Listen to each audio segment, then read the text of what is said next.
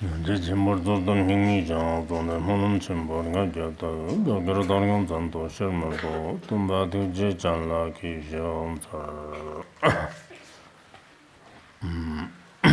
the benefit of all sentient beings, please generate the Supreme Bodhicitta. Next, we will study the Analects. Why should we study this classical text? Actually, the importance of studying the Analects has already been discussed, so everyone should be clear about it. The reason why we are talking about this is as follows. In today's society, there is actually a great need for moral standards. At the same time, we also need this kind of knowledge. That's one important aspect of it. There's another significant aspect as well. Some of us Buddhists may really think that as a Buddhist, I should study the sutras and treatises of the Buddhas and Bodhisattvas. Why should we study some worldly knowledge, including Confucian thought or other forms of secular knowledge? In fact, as devoted Buddhists, of course, the most fundamental and crucial thing for us to do is to lay a very solid and unshakable foundation in the teachings of Buddhism, which is essential for our spiritual journey and understanding. To master the 5 great treatises and the teachings of Vajrayana, this is absolutely indispensable. But at the same time, we actually also need worldly knowledge and practical understanding. To conduct oneself and handle affairs, one must understand and be proficient in these areas. If you are not proficient in the end, your own spiritual practice may not truly succeed, and you might find it challenging. Many people fail in their personal conduct and actions, and as a result, all of their spiritual practice cannot continue at all, let alone spreading the Dharma and benefiting sentient beings. Therefore, it is also very much necessary and important to consider, to learn about the outstanding traditional cultures of various ethnic groups around the world. There is another important aspect. I think it was when I was teaching the words of my perfect teacher, I talked about why we study Buddhism. At that time, I also mentioned it is a fascinating concept that actually, in some Buddhist views and teachings, the revered founders and principal figures of both Confucianism and Taoism, in fact, according to various historical accounts, are widely said to be direct manifestations of certain enlightened Buddhas and compassionate Bodhisattvas. There are such claims as well, especially in the Tripitaka. Specifically within the Taisho Tripitaka, there is a particular text called the Chronicle of the Buddhas and Patriarchs. In the Chronicle of the Buddhas and Patriarchs, it is also mentioned that in the Sutra of Pure Conduct, there are indeed 3 significant bodhisattvas, and they are actually, respectively, one is the revered Bodhisattva Moonlight, whose wisdom illuminates the path. It is widely claimed that Bodhisattva Moonlight was reborn as the esteemed Yan Hui, and similarly Bodhisattva Rutu became the profound Confucius, while Bodhisattva Kashyapa became the influential Laozi. These are indeed such notable claims that are often discussed. However, regarding this Sutra of Pure Conduct, there are also some doubts about it. Is it really included in the Buddhist scriptures? In fact, this sutra should date back to the Tang dynasty, and it has already been discovered in Dunhuang, so it is indeed an ancient scripture. Therefore, the treatises we are studying now are actually not without basis, especially in the case of Master Yongming Yanshu. In his collection of the Convergence of 10,000 Virtues, it is also mentioned that in the Sutra of the Arising of the World, the Buddha said, he sent 2 monks to the Han region to manifest and guide minds. The first being the founder of Taoism, Laozi, who was a manifestation of Bodhisattva Kashyapa.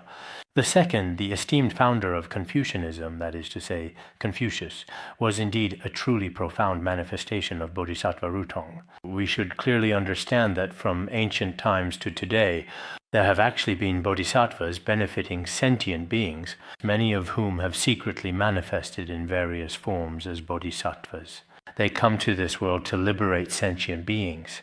If that is the case, then when we study the teachings of Confucius now, we can understand In fact, he is a manifestation of Bodhisattva Rutong. I also mentioned this just the other day, that in some of our very ancient and revered Tibetan cultural traditions, there is also the profound belief that Confucius is a manifestation of a compassionate and enlightened Bodhisattva, especially when it comes to some of our intricate divination practices. Mipam Rinpoche wrote a very thick and comprehensive book, which is primarily about divination and omens. The profound origins of some of these related cultural practices come from the I Ching and Confucian thought. There are also such views regarding this. Therefore, as Buddhists, it is very necessary to be well read and knowledgeable. At the same time, indeed, in the past, it was a common occurrence, regardless of what kind of Buddhas or sages they were when they manifested. The great spiritual masters who appeared before many different sentient beings, the treatises they composed are also worthy of our study. From this perspective, as I just mentioned, if we look at what is stated in the Sutra of Pure Conduct, for example, whether it's the profound philosophy of Confucianism in China, or Taoism or Buddhism, these three traditions, Confucianism, Buddhism, and Taoism, actually do have certain connections with the teachings of Buddhism. Of course, as for some other sects, whether or not other religions acknowledge this, or indeed, if they even consider it at all, is another matter altogether. Because every scholar, when interpreting a certain body of knowledge or viewpoint, inherently has their own unique right of interpretation and their own distinct way of understanding. Some people believe, for example, whether images of Confucius or Lao Tzu can be reverently placed within a traditional Buddhist shrine. There are such opinions. Of course, if you have never really had this kind of habit before at all, and you are a purely Buddhist practitioner, I think there is no need to deliberately place these images.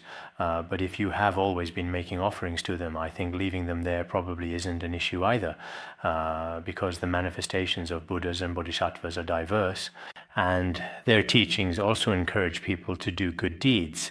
From the perspective of their doctrines, they have also endured for over 2,500 years without decline. This itself carries a very profound meaning. Therefore, when it comes to certain complex ideas, we should always have a much broader and more encompassing mind. We should consistently approach them with a truly open and receptive mindset and an attitude of inclusiveness.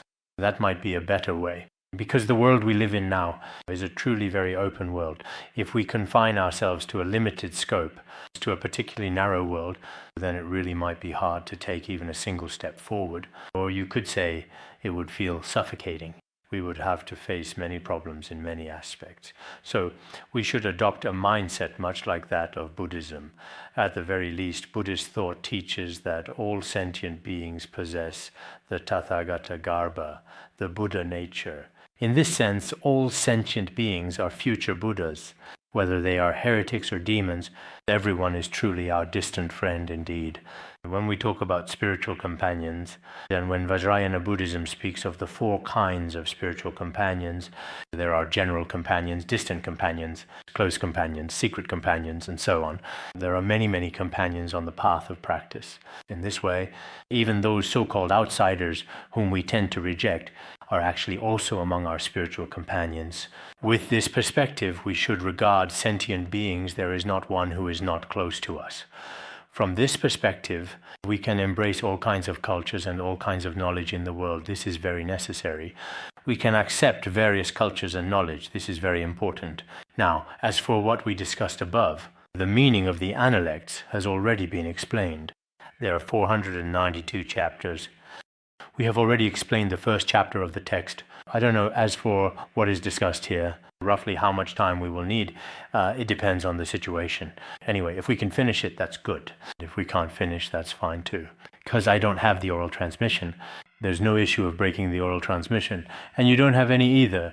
So whenever the environmental conditions are absolutely right and suitable for us, we'll just keep studying.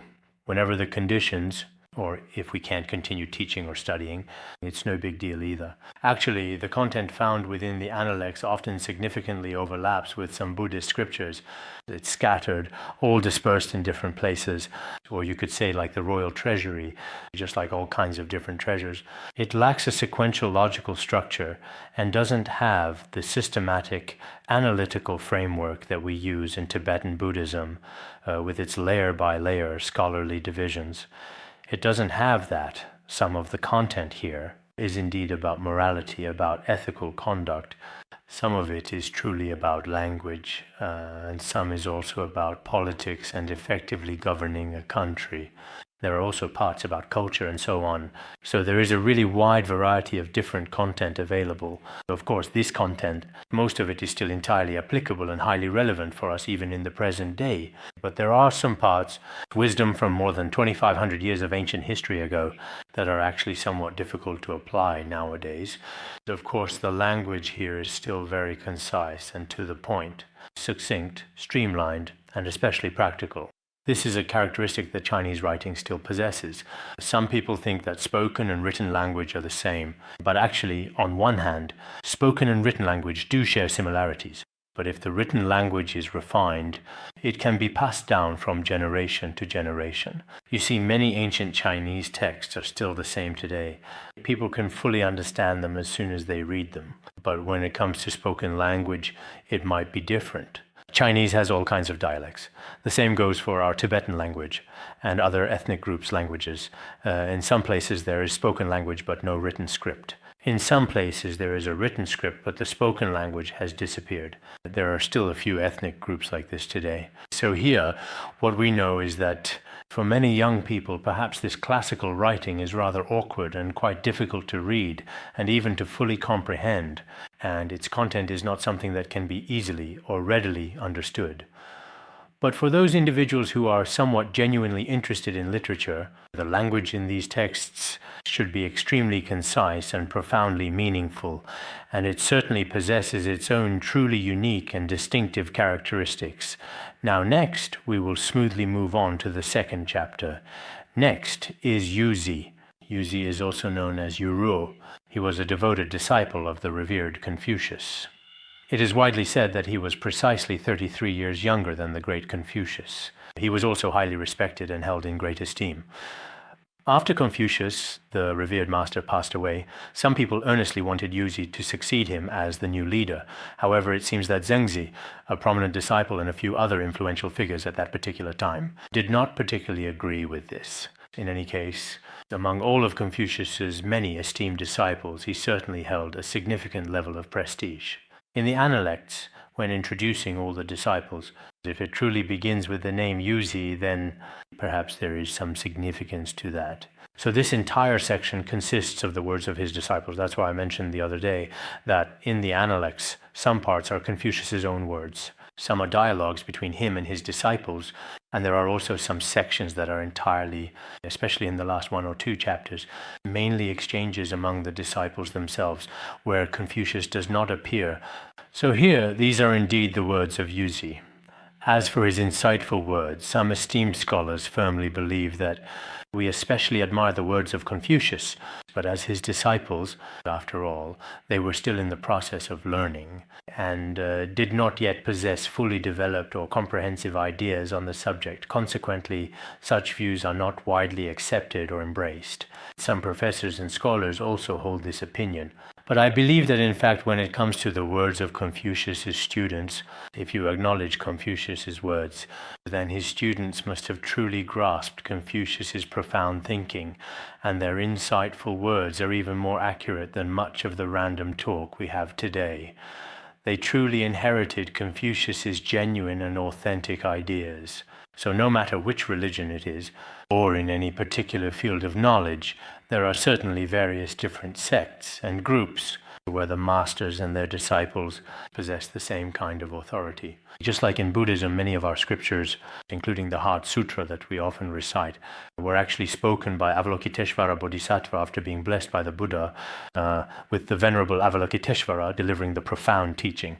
At most, the Buddha would simply say, excellent, excellent indeed, right?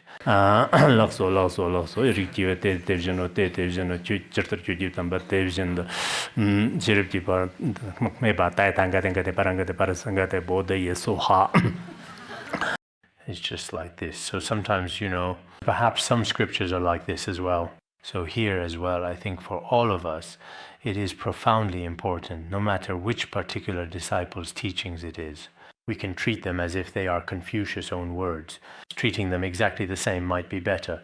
Otherwise, if you start dividing Confucius' disciples into first-rate talents, second-rate talents, and then further down the line, as time progresses, it might be unclear whether that's reasonable or not. Perhaps it is not necessarily entirely reasonable to think in that particular way.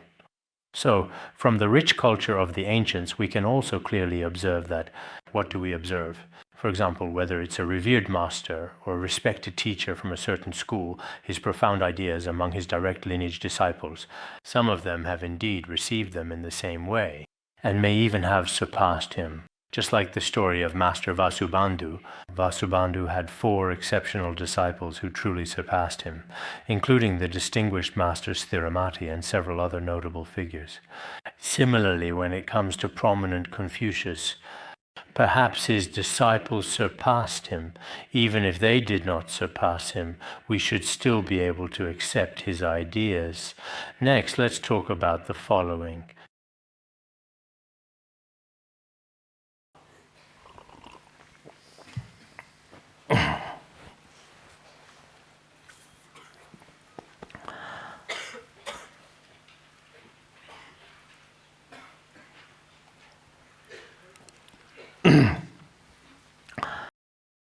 The following is what Master Yuzi said: those who are filial and respectful to their elders yet like to defy their superiors are rare indeed. Those who do not like to defy their superiors yet enjoy causing disorder have never existed. The root text is like this. Here he explains that filial piety is very important, being respectful and devoted to people.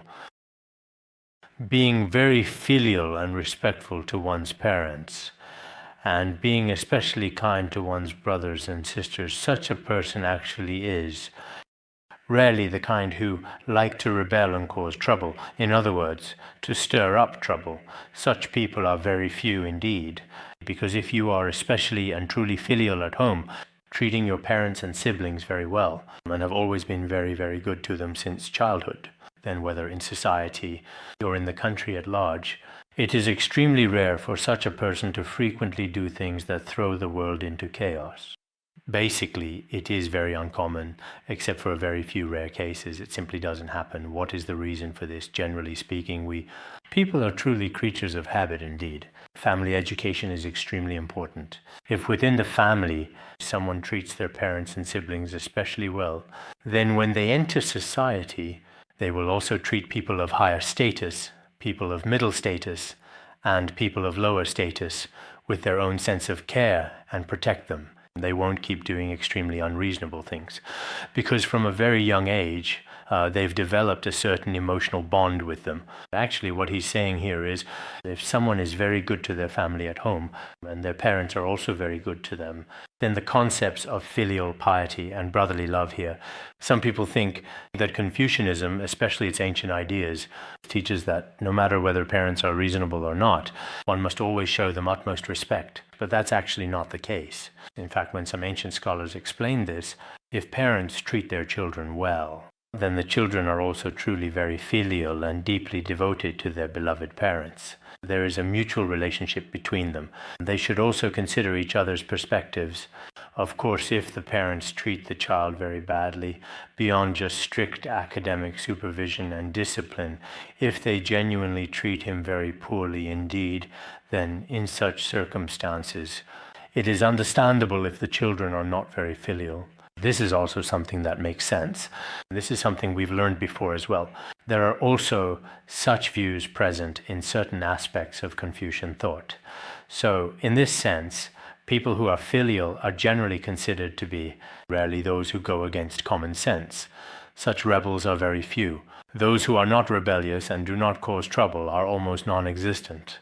If an individual rarely causes any trouble or disturbances and consistently refrains from creating any kind of disruption or unrest in the presence of their teacher, and furthermore does not act against or betray them in any manner whatsoever, then such people who would rebel are almost non-existent, because whether at home or with their teacher, if they are very respectful, then their behavior should be very proper and in accordance with the rules. Their overall conduct as well. Even in our worldly society, this is the case. It seems that this is also true among Tibetans.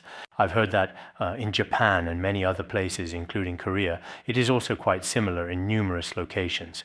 For example, when we are actively recruiting someone for a position, we meticulously look at how this individual genuinely gets along with their family members. If it's in a typical school setting, for example, we see how their relationship is with their teachers. If it's in a monastery, we look at how they interact with their teacher, the manager, and others.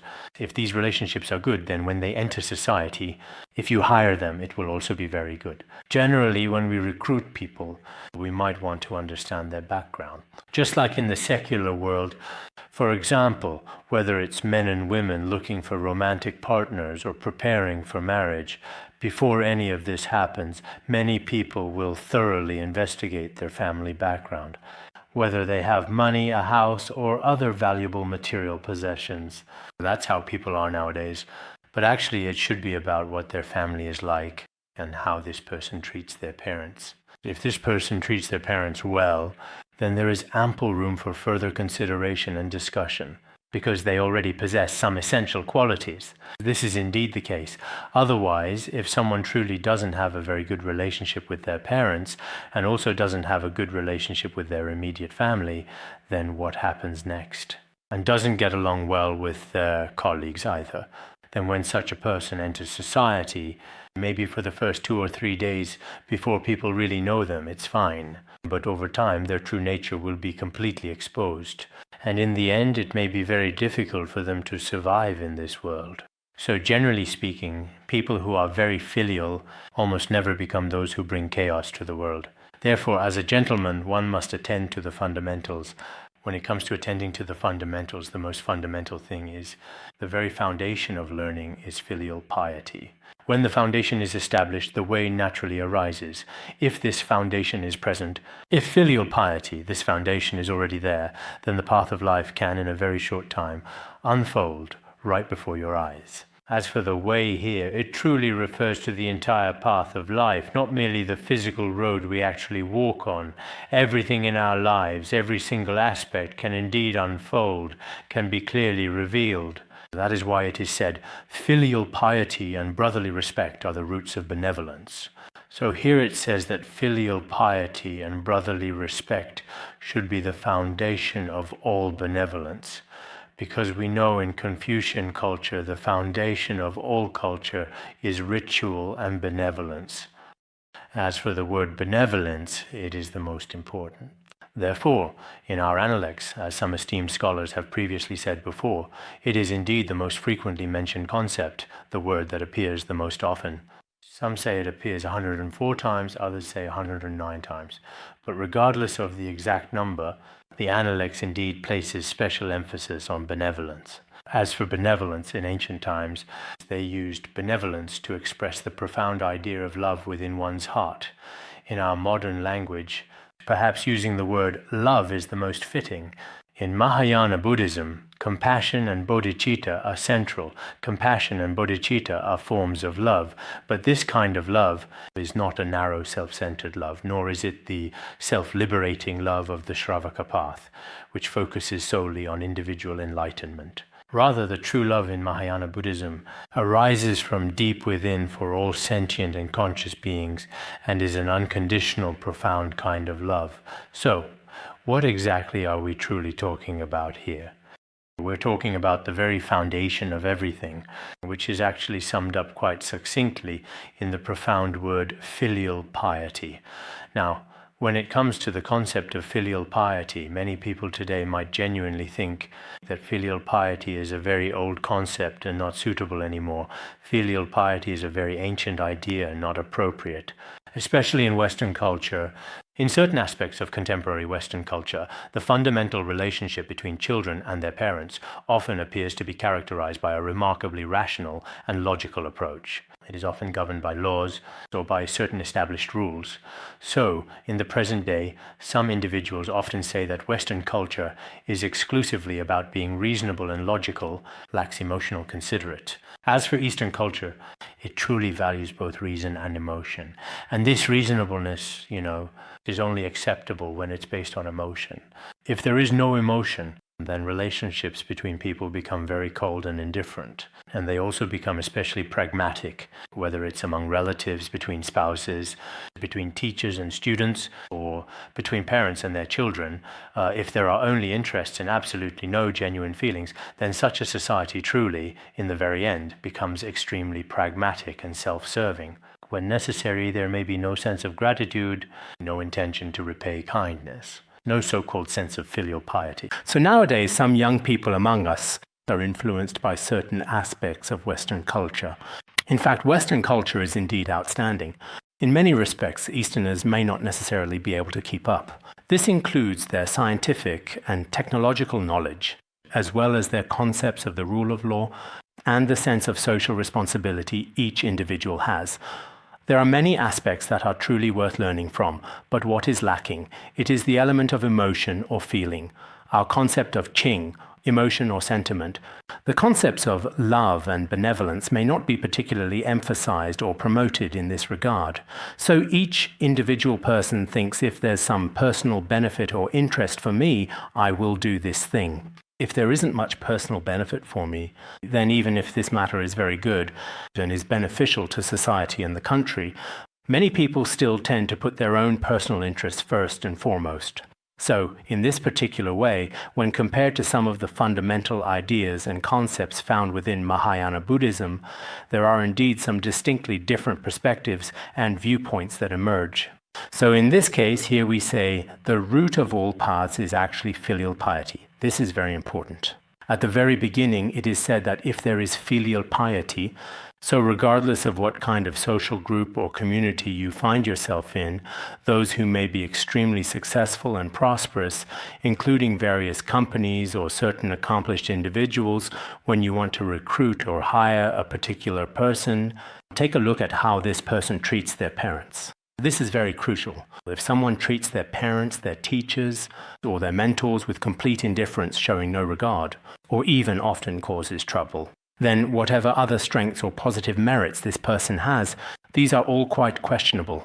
There is a well-known saying in our ancient proverbs that states, "The Dragon King possesses many valuable treasures on his head, but despite their allure, many people do not dare to take them." Why? Because they are surrounded by poisonous gas. It's very dangerous. It's the same principle. A person with poor character, even if they have merits and talent, people are still very cautious around them. This is because their character might, in some situations, be quite unpredictable. Their poisonous gas could contaminate those around them, even if in some aspects they each possess their own unique strengths and distinct advantages, whether it is their inherent talent or their striking appearance. No matter which area they have a particular talent in, it truly makes people envious. But if the foundation of their character as a whole, what we're truly talking about here is if they truly lack character, then it's really difficult for them to have other virtues. So nowadays, some college students often think of themselves as being very talented, incredibly smart, and truly wise indeed. And these are all very good qualities to have, but if they truly lack the basic foundation of being a good person, maybe at first, whether it's a company or an organization, various places will accept you, but after a certain point in time, it becomes, if you can't handle social skills and interpersonal relationships. So this issue as well, on the surface, these words seem very simple. But in reality, I think many of us should also reflect on ourselves and observe ourselves, because this is an education in personal character. People in ancient times placed great importance on character. But what about now? Nowadays, people value talent and ability very highly. These are completely different things. People in ancient times believed that character should be the foundation, and only then did they talk about talent, education, and the humanities, and then about other things. But perhaps that's not how we do things now. So in this regard, it's really necessary. Everyone can privately compare this for themselves. This is indeed a very significant second chapter of this text. The third chapter says, the master said, this is Confucius speaking, clever words and a pleasing appearance are seldom associated with true benevolence. It's just these few words. This is a whole chapter.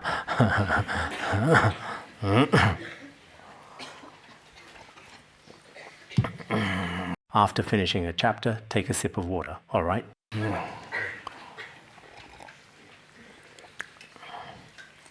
If that's the case, with its extensive 492 chapters, I will certainly have to drink that considerable amount.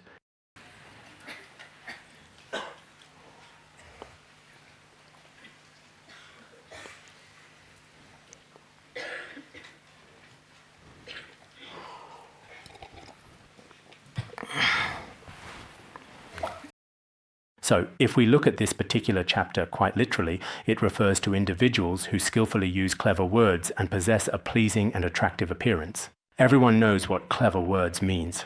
It means someone who speaks in a very flowery and crafty way, who is very eloquent and can make everything sound convincing.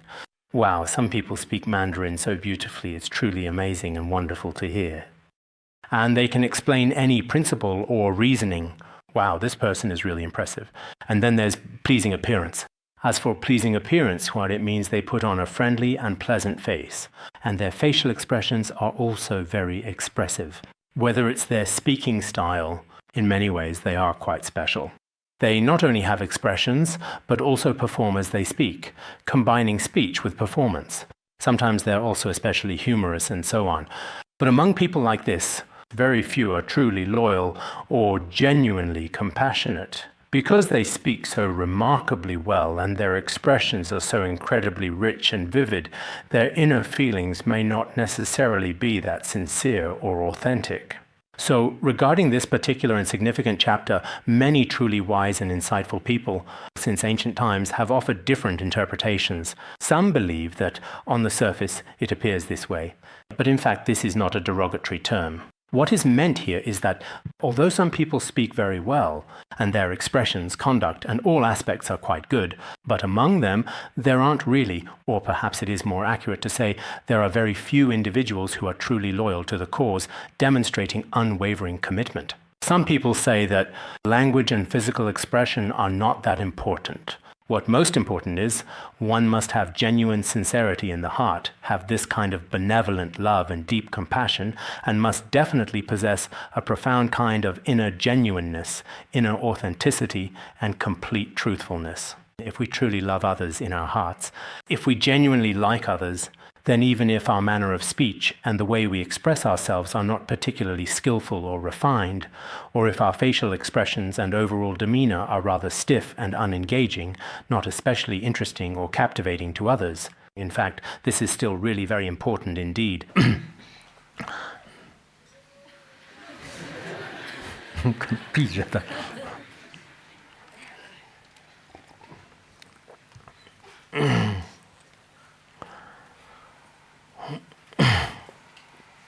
So here we can approach this from two different perspectives and angles.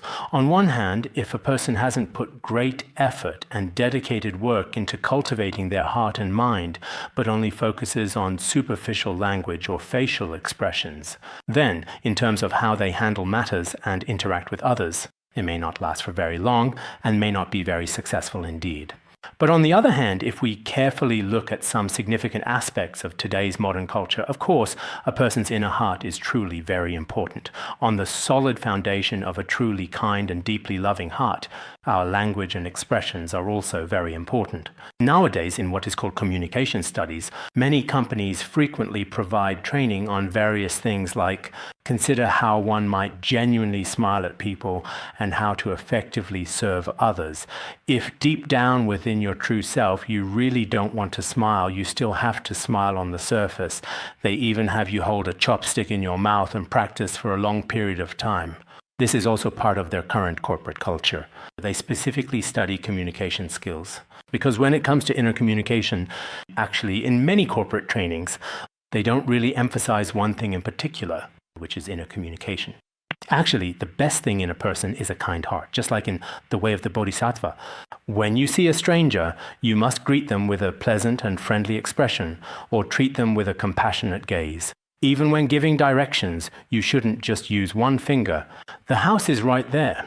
Instead, you should politely say, "It's right over there in that general direction." There's nothing funny or amusing about this. Usually we should use our palm like this. This is a polite way, like extending your right palm and explaining it that way. One should have a genuinely good and pleasant facial expression. This aspect is still very important.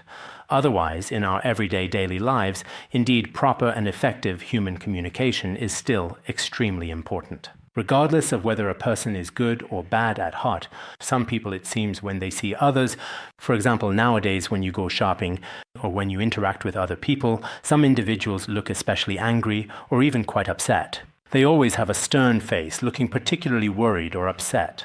Whether they're pouring you tea or doing something else for you, they look especially sad.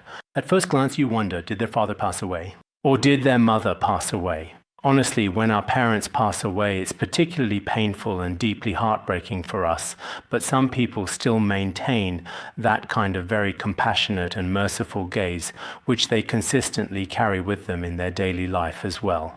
Actually, this is indeed truly very important for people to consider, including what is often said in society nowadays.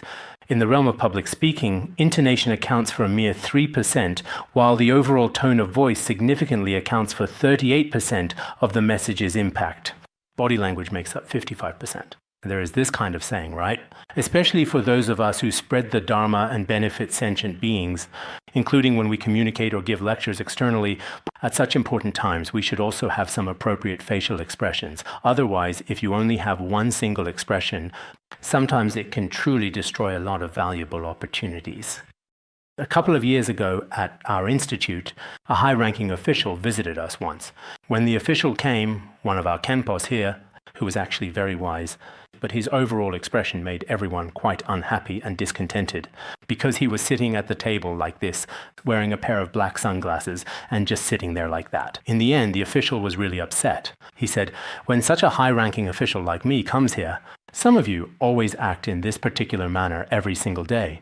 Their secretary even took a clear photograph and sent it directly to us. Actually, he is usually a pretty cheerful and quite jovial person, but on that specific day, he was wearing dark sunglasses while attending the meeting there.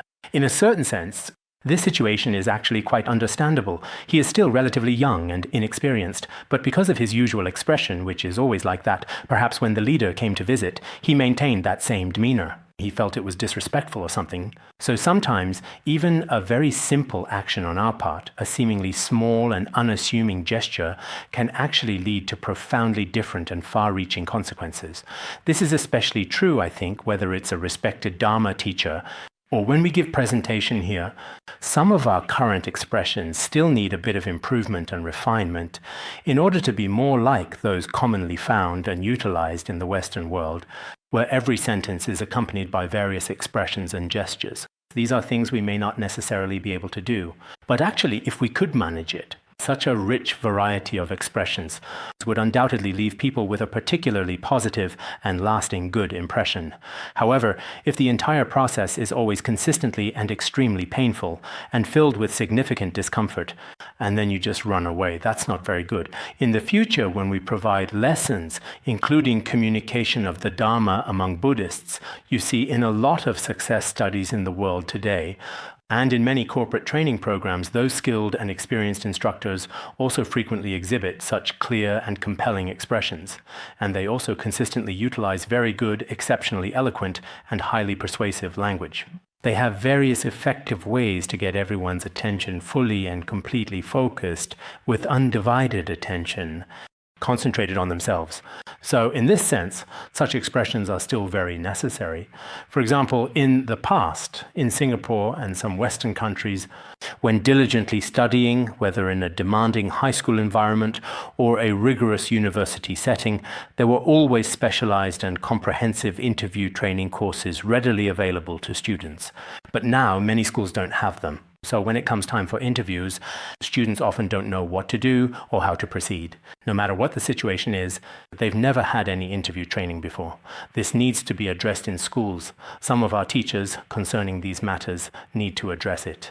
Provide training for students on many behaviors they will face in the future to prepare them.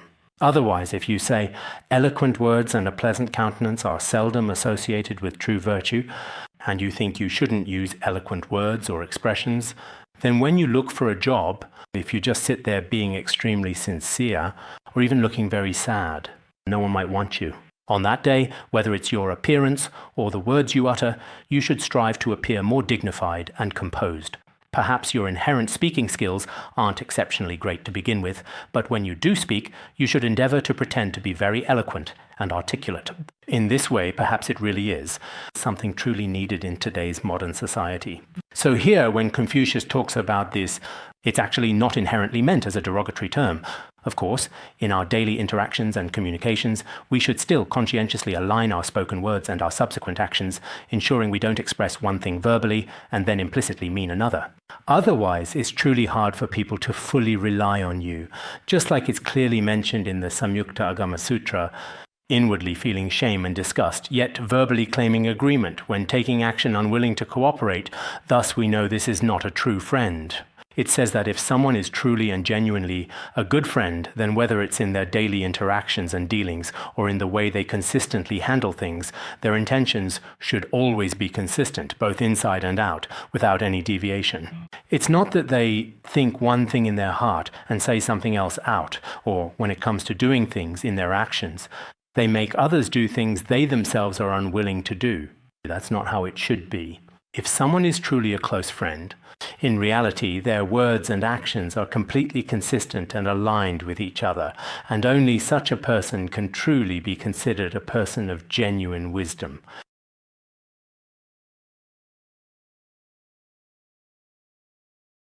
That's one aspect of it, as we have already discussed.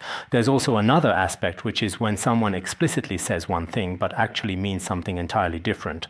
In another Buddhist text, the Sakya aphorisms mention this as well. To think one thing deeply in your heart, but say quite another, this is precisely what is commonly called cunning, and it is also precisely how foolish individuals often pretend to be learned.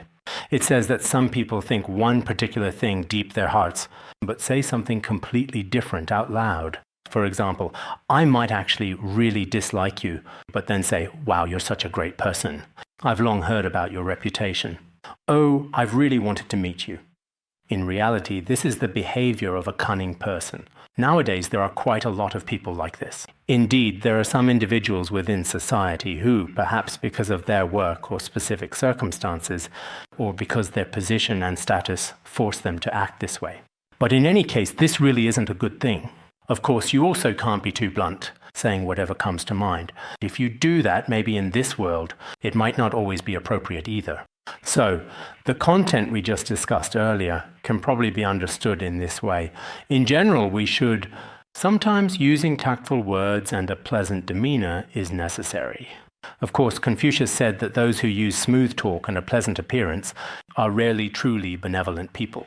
But in reality, if someone is truly benevolent and also uses tactful words and a pleasant demeanor, has skillful and expedient language, and a very kind expression, then perhaps, whether in dealing with significant matters or with individual people, they will do well in all aspects. Therefore, I also hope that we Buddhists, no matter what situation we are in, we should pay more attention to our words and actions. No need to pretend. What is meant here by tactful words and a pleasant demeanor might be that you clearly don't want to say something, but you force yourself to say it anyway. Or you obviously don't like something, but you deliberately act a certain way in front of someone, holding it in and forcing yourself to keep smiling. That kind of thing is really quite uncomfortable, right? Sometimes we are just, trying to maintain a facade, and it can be difficult to do so. For some people who naturally don't like to smile a lot, if we force them to smile, it feels a bit strange, doesn't it? That's not exactly what it truly means, but if there is love in your heart, even when you feel anger or criticize others, there is still a kind of smile, a very good one. This kind of love in your heart is very important.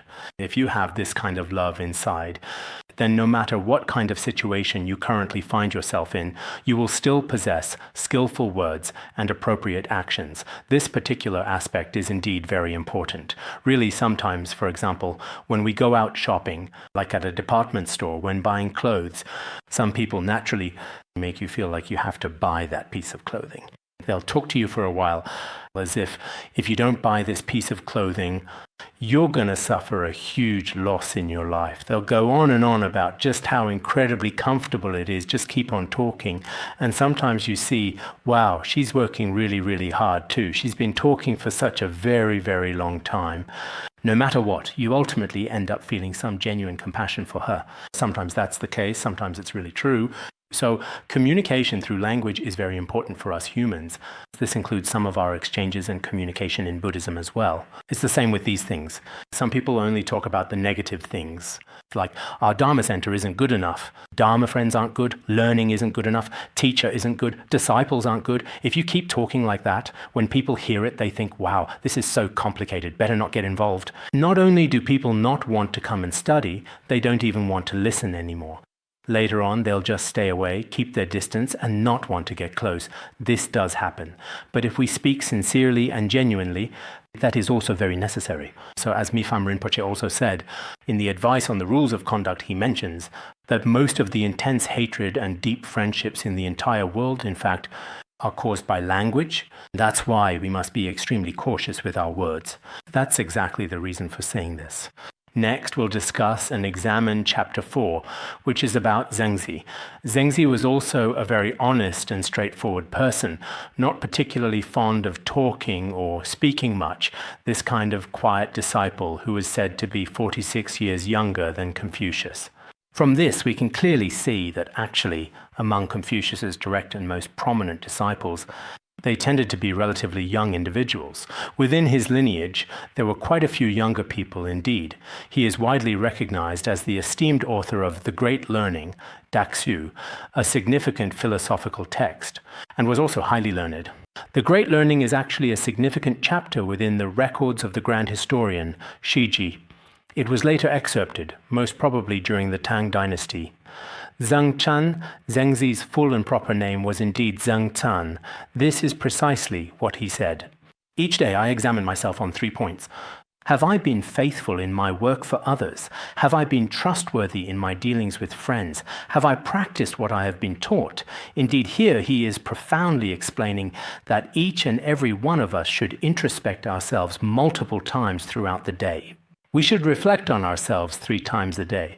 Some interpret this as meaning we should reflect 3 times a day. Some explain it as the 3 here means many times, a figurative number. In fact, everyone, every day, should frequently reflect on themselves many times. Some also say that the so-called 3 self-examinations means to observe oneself from 3 aspects. What are these 3 aspects? The first is, have I been loyal when working for others? When we do things for others, does loyal here truly mean whether I have done my absolute best? Here, loyalty might not necessarily mean loyalty in the usual conventional sense of the word. He says, when I do things for others, Did I truly fulfill what I had promised at that time? Did I carry out my words? And in the end, in actual actions, did I really, truly put my heart and effort into doing this thing? Some people verbally agree, no problem, no problem. Okay, no problem, no problem.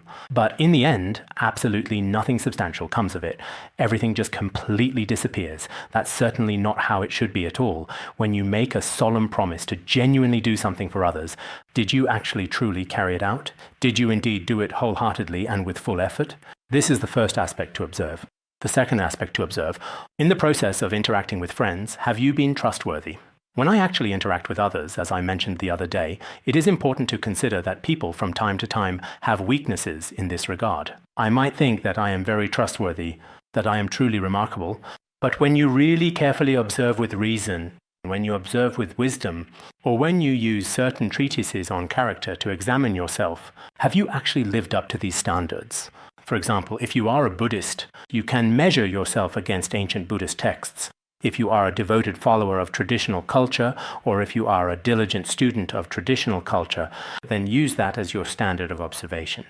At this point, when we interact with other friends, do we consistently maintain trustworthiness in all our communication and interactions?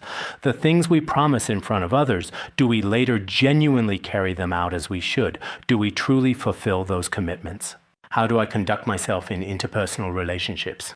Whether there is genuine sincerity, we should observe and examine in this way. The third point is, have I failed to practice what I've been taught?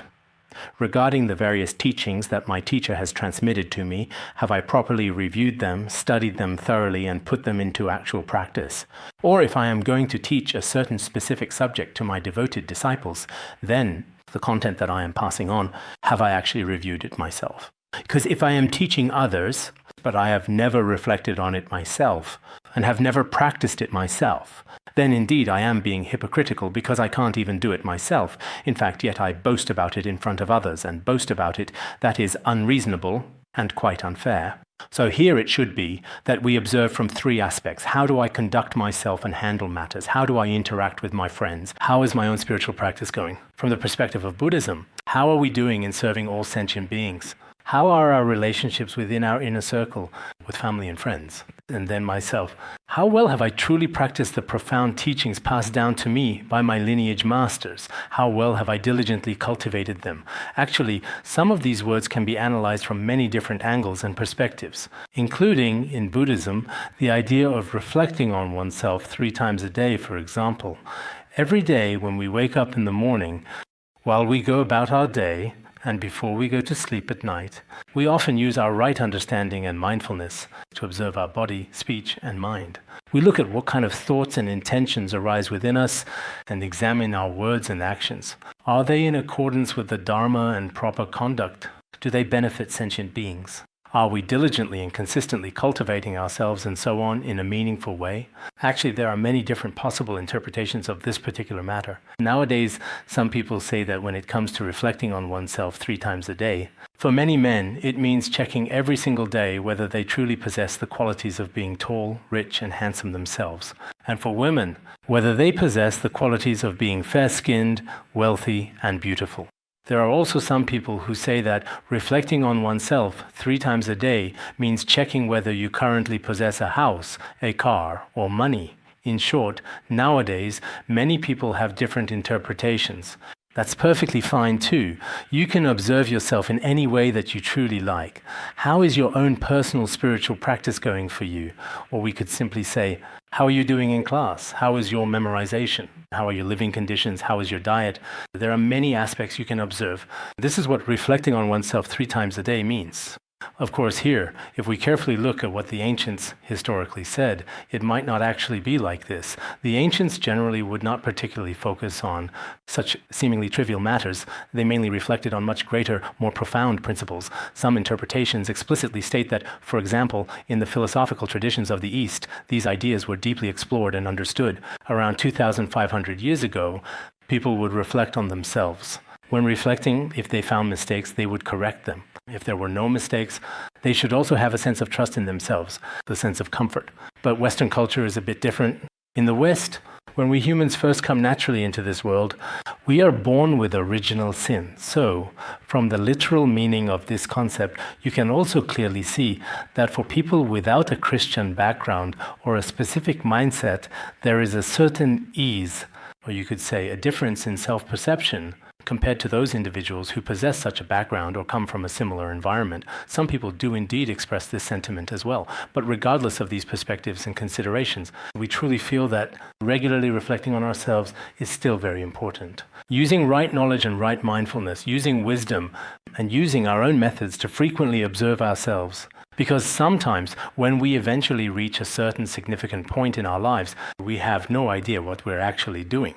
We may think that we are completely justified. However, what we do may not always be reasonable in some respects from our perspective, and may not always be rational either. Especially when a person gains a position of significant status or influence, it's very easy for them to become completely intoxicated and consumed by it. And when someone successfully acquires substantial wealth or considerable financial resources, it's also very easy to lose oneself. Someone who used to have right knowledge and right mindfulness, once acquiring wealth and riches, they will also become lost and confused. And when receiving praise and admiration from different people, one will also become bewildered and lose their proper way. At such times, confusion is inevitable.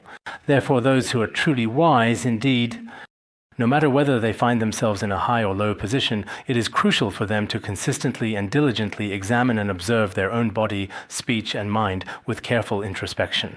They never abandon this practice. So, generally speaking, for Mahayana scholars and practitioners, they often observe their three gates. These are fundamental to their practice. This point is made very clear in the chapter on right knowledge and mindfulness of the way of the Bodhisattva. So, some of the ideas of the ancients really remind us that we should observe ourselves every day. If you don't examine yourself daily, if you go a day without self-reflection, your actions on that particular day could ultimately and potentially lead to a lifetime of profound regret. This includes some individuals in the Western world, or those who choose to go and study in certain specific places, people who are relatively well off, who never reflect on themselves. They believe that everything they do is absolutely correct, because they are widely and truly recognized by many people around them, or even admired. At this particular point in time, people tend to become especially arrogant and overconfident. So in any of our teachings, especially when it comes to some teachers or certain leaders, if there are some unwise and foolish people around them who constantly flatter and praise excessively, it becomes very easy to make serious and significant mistakes. They keep saying things like, "Wasn't that exactly what we said the other day?" It was widely said that at a certain point in time, it's very hard for a person to recognize their own faults. That's why the ancients said, "I reflect on myself 3 times a day." This is still very necessary. This is especially true for practitioners. They should frequently observe their body, speech, and mind. They should often carefully examine their own intentions and thoughts. They should regularly reflect upon their 3 gates. Body, speech, and mind are the same as the 3 gates. This is quite very important.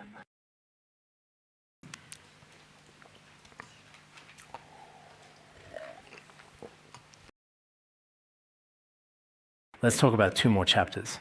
Chapter 5, all right. Chapter 5 says, "The Master said," which is also Confucius speaking, "the following should be about governance, about state affairs. To govern a country of 1,000 chariots, be respectful in your duties and trustworthy. Be frugal and love the people. Employ the people according to the seasons." Here, he is giving some teachings on governing a country. Dao means to govern or to lead. A country of 1,000 chariots should mean a nation with thousands of soldiers and horses, or a country with a very large population.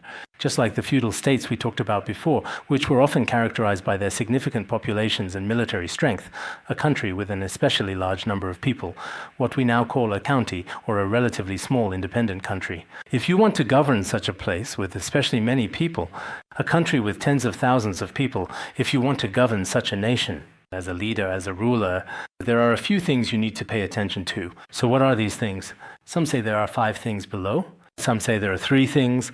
If we go with the 5 things, the first is respecting affairs. Here, respect is quite similar to being cautious and careful. Be serious, careful, and cautious in everything you do. When doing anything at all, you cannot be careless, negligent, or indulgent. You should approach and handle things very seriously and with great caution and care. In your work and daily actions, you must not be overly relaxed or casual. Otherwise, it will lead to many undesirable consequences. The second important aspect is trust. When it comes to building trust, you should have both trust and credibility, because trust is very important. For a person to establish themselves in society, trust is indeed absolutely necessary for this to work. If there is no trust between countries, it will eventually lead to a lot of trouble. And if there is no trust between people, for example, within a family, if there are several members in the family, there must be trust between each person. There'll be trust between teachers and students. If there is no trust, many of our interpersonal relationships are built upon trust. If trust is absent, then many things simply can't be done. That's precisely why Buddhism often profoundly emphasizes faith, including the devoted disciples' faith in their esteemed teacher, or the disciples' deep faith in the sacred three jewels. All of these inherently involve both profound trust and complete reliance. This is very important. So when it really comes to establishing a new nation, one aspect is to have trustworthiness and reliability, whether it's wisdom or capability that makes people trust and rely on you. This is absolutely necessary. The third principle is frugality and economy. One must absolutely never be extravagant or wasteful, but should carefully conserve and preserve all the people's wealth and valuable resources. Whether it's food or clothing, nothing should ever be carelessly wasted or squandered. The fourth point is loving the people. Treat all citizens, all the common people, as if they were your own only child. Love them with very special care. The fifth crucial point is employing the right people at the most opportune time. If you genuinely need to mobilize the people, you should certainly seize certain favorable opportunities or make use of the right timing. For example, in the past, during the agricultural era, in the age of agriculture, especially in autumn and spring, during the times of planting and harvesting, farmers were extremely busy. If at this time the ruler demanded of them to stop their own work and serve the country instead, it would cause them to miss their best opportunity. Therefore, as a ruler, it's very important to pay attention to the timing of your people. This is extremely important.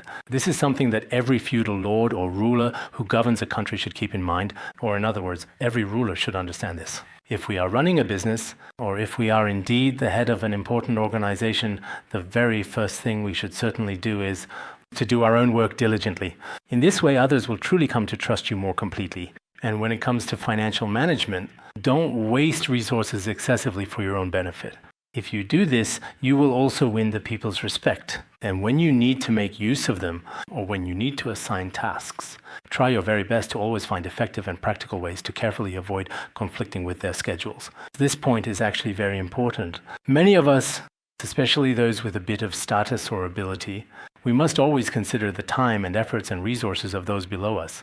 People in today's modern society are especially busy and tired. So at times like this, if we waste too much of their time, it really feels inconsiderate. Even when I teach classes, I try my best not to exceed. Even when I'm giving a special lecture, no matter how much I want to keep talking, I really make an effort to keep it within an hour and 15 minutes. This is a standard I set for myself. Sometimes I get excited and want to keep talking, and I can go hours, and it wouldn't really be a problem for me. But then I think people need to sleep and rest, and they have to go to work the next day. You see, people in today's society have so much work and so many things to do. So last year, some of our managing teachers held a meeting. Some teachers themselves had nothing to do, while the people below had to attend meetings that lasted 3 or 4 hours. In the very end, many of them would eventually fall asleep. I said, you really shouldn't hold such incredibly long meetings. Meetings should definitely be a bit shorter. So for many of our volunteers, some of the people who are in charge of them, you really have to consider other people's time. You see, even as a ruler, he also makes use of the people's time wisely. This idea of making effective use of the people's time wisely, for many of us in the past, I also explicitly said this to some of the teachers at our school. Some teachers also really love to engage in extensive conversation. Someone who is especially good at talking will just keep talking and talking up there by themselves. Especially if they haven't spoken for a long time, they'll definitely talk for the whole day. Some people just really love to talk. For us, it's still best to have meetings and do things with a time limit. For some important meetings, as a professional individual, you should always strive to condense and articulate what you have to say within the strictly allotted time frame. This practice is incredibly crucial and demonstrates respect for everyone's time and the meeting's agenda. Here as well, I think when it comes to teaching, teachers should try to keep the class duration under control. Now, the Dharma masters are doing a bit better in this regard, but some of our Dharma teachers here are still rather long-winded. Sometimes they're even more long-winded than I am. They just keep talking and talking, repeating themselves over and over again, just like, maybe I shouldn't use this analogy, but there is an analogy. But if I use this analogy, I probably wouldn't dare to. But indeed, repeating the same sentence over and over again, they think they're speaking brilliantly, while the listeners are exhausted and suffering. Of course, sometimes what needs to be said should be said. Like some Dharma teachers in certain places, they might talk for 3 or 4 hours. There are such cases. But I still hope that within the allotted time, whether it's a meeting or a speech, a Dharma talk or a counseling session, whatever you're doing, whatever you want to say, it's always best to have precise time control and management. If there is time control, that's truly the very best method. That's one important aspect. As for the second significant aspect regarding the topic we just discussed, as a monarch, if you desire to govern the country under your rule, there are a few important points to consider. In fact, this perspective is very similar to what Mipam Rinpoche articulated in his work, Advice to Kings. The sovereigns endowed with great mercy cherish their subjects as tenderly as an only son. What is being said here is very much the same. For a true and rightful monarch, he must treat his subordinates with love. It's not about saying, I'm your leader, or now that I'm the leader, whatever I say goes. Nowadays, especially many people in China, once they get promoted, they change. Their tone changes immediately, and so does their attitude. This is not good. They say, I'm the leader, why aren't you listening to me?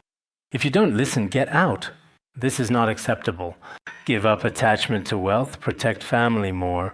If you look at the true monarchs of ancient times, they would give up their own lives and wealth to protect others. This verse is very important. I hope many of our leaders will remember this.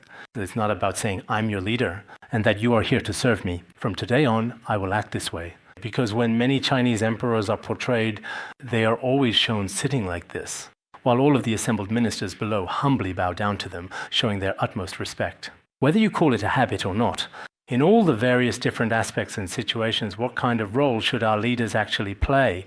They should play the role of genuinely and sincerely serving others from deep within their hearts, as is frequently said and emphasized, that we are servants of all sentient beings, this kind of statement.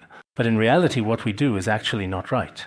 Therefore, sometimes as leaders, we should truly have a deep kind of unconditional love and understanding for everyone.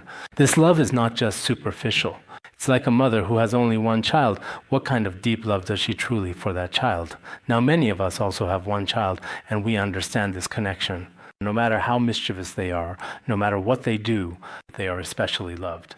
Actually, we should treat our dependents in this way. Some dependents are particularly ignorant, and some have various other reasons, which may lead to all kinds of behaviors. At such times, you should accept and tolerate their improper actions, and you should care for them even more, just as it is wisely said in the 400 stanzas on the middle way, isn't it? A mother with an only child, when the child is sick, loves and cares for them even more. As a bodhisattva, if the people around develop various afflictions, he truly loves them even more deeply. So we should also endeavor to treat others with this spirit. Now, for the last one, chapter 6. Chapter 6 is the same as the standards for being a good student and child. Here it also clearly states, the Master said, when at home, one should always be filial to your parents. When outside, one should always be respectful to your elders. At home, one should be filial, indeed, showing filial piety to one's parents. When going out towards your brothers and sisters, or towards others and friends, you should have a loyal kind of love. Be cautious and trustworthy, and love all people broadly. After that, you should be careful with your actions, speech, and thoughts. You need to have this kind of trustworthiness. And also, love all people broadly. You should have a broad-minded attitude to love everyone. Here, all people doesn't necessarily mean all sentient beings. Otherwise, in Confucian culture, loving all sentient beings in the world without boundaries. This is actually quite rare, but on the surface, to love all people, not to love individuals. Love all people broadly. It still means that towards all people in the world, we should treat everyone with love and draw close to the virtuous means to get close to good teachers and wise people, to be in close proximity to truly good teachers. If you still have ample energy after practicing these, then you can certainly study literature. Because what comes before is the basic foundation of being a person. If you have these qualities and have additional ability, then you can study literature. So what exactly can we see from this? The very foundation of being a person is indeed very important. The wise ancients considered filial piety, cautiousness, and genuinely loving others to be very important. Then, relying upon a very good teacher, they would begin to learn knowledge. But now the times are completely different. So what is it like now? All of our time and energy is spent entirely on learning knowledge. As for the foundation of being a person, or filial piety, these aspects are never valued at home, and schools never truly value them either. In the past, both virtue and talent were always emphasized and highly regarded. Both virtue and talent had to be present. But now, what is the only thing that is valued? It's simply a person's talent and skills. Indeed, in the present day, across various locations, people are actively organizing and conducting numerous tutoring classes and diverse interest classes. And in our area, we also run online classes and so on. But every time it comes to extra lessons or tutoring classes, the fees are especially high. Each class costs several hundred yuan. Learning in today's world is really quite painful. Many people are now buying knowledge with their money. But after you study and study, studying English, learning skills, acquiring all kinds of knowledge, in the end you actually lack a solid foundation. This is a very sad thing. At home, the principles of filial piety are indeed never truly taught, nor do they teach us to love all living beings and all of humanity, including how to conduct oneself, how to interact with others, and so on. These kinds of knowledge are not taught by teachers either. Teachers spend all day talking about so-called knowledge from textbooks. But in the end, how much of this knowledge can actually be effectively put to practical use in society? It's very difficult. Therefore, our society now has also, in fact, adopted some significant aspects of Western culture. In the Western world, knowledge is also highly valued and esteemed. As for character and morality, they are basically governed by the established law as the primary and fundamental rule. As long as you don't break the law, that's considered enough. But just as I mentioned earlier, in this particular way, the profound relationship between a master and their apprentice, and the relationship between parents and children, which originally should be filled with love, with respect, and with genuine feelings. But these feelings from a young age are basically diluted and not cultivated. If they are not cultivated, then the relationships between people cannot be sustained by reason alone. Sometimes emotions are truly and absolutely necessary. You see, sometimes they are indeed essential. If you just rely solely on rules, there are situations that rules simply cannot resolve. There are some subjective issues, and these subjective issues, perhaps in our current knowledge, there is a lack of love, a lack of morality, a lack of character, a lack of filial piety. In a society like this, in the end, people all become like robots. Everyone is indifferent, only concerned with interests. Apart from interests, there is just nothing between people at all. As long as there are benefits and advantages, I will depend on and rely on you. But if there's no real benefit for me, then what I specifically mentioned yesterday, so-called gratitude or repaying kindness, becomes completely meaningless. These things simply don't need to be mentioned at all. So sometimes I also tend to think in this particular way. In today's modern society, one must never, ever expect any gratitude in return for their efforts. As long as people don't forget kindness and act ungratefully, that's already quite enough. With this particular mindset, you might feel much more at ease with yourself. This is also certainly one of my personal experiences. I think for many of us indeed. No matter how you treat others, as long as they don't forget your kindness and act ungratefully, that's already a blessing. That's already very good. If you expect something from others, for example, in anything you do for other people, if you don't have any expectations, perhaps you might feel a little bit better in this particular way. This entire world, when compared to how it was before, is now quite different, even though our cultural genes still carry these values, which are indeed very precious. Humans are not robots, and humans are not animals either. If you look at animals, there is still a certain bond between parents and offspring. In my yard, there's a group of crows. I truly think they're actually quite remarkable creatures. I often observe their intricate family relationships. Sometimes when formidable enemies come, they all band together to bravely and effectively fight back. And when cherished guests arrive, friends coming from afar, as Confucius mentioned in this Analects, they are actually quite warm and welcoming. So sometimes, as human beings, when compared to animals, I'm not sure how good we humans are at being human. In any case, I hope that we can still, as human beings, act with both emotion and reason. No matter what our culture is like now, we should be compassionate and rational, full of life and feeling. And then there's our very own mind.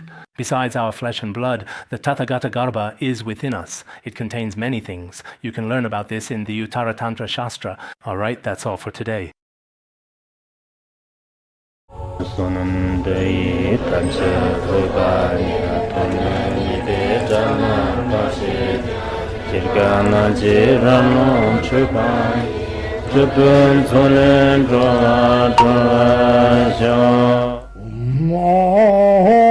Bandharangara Padma Sodargye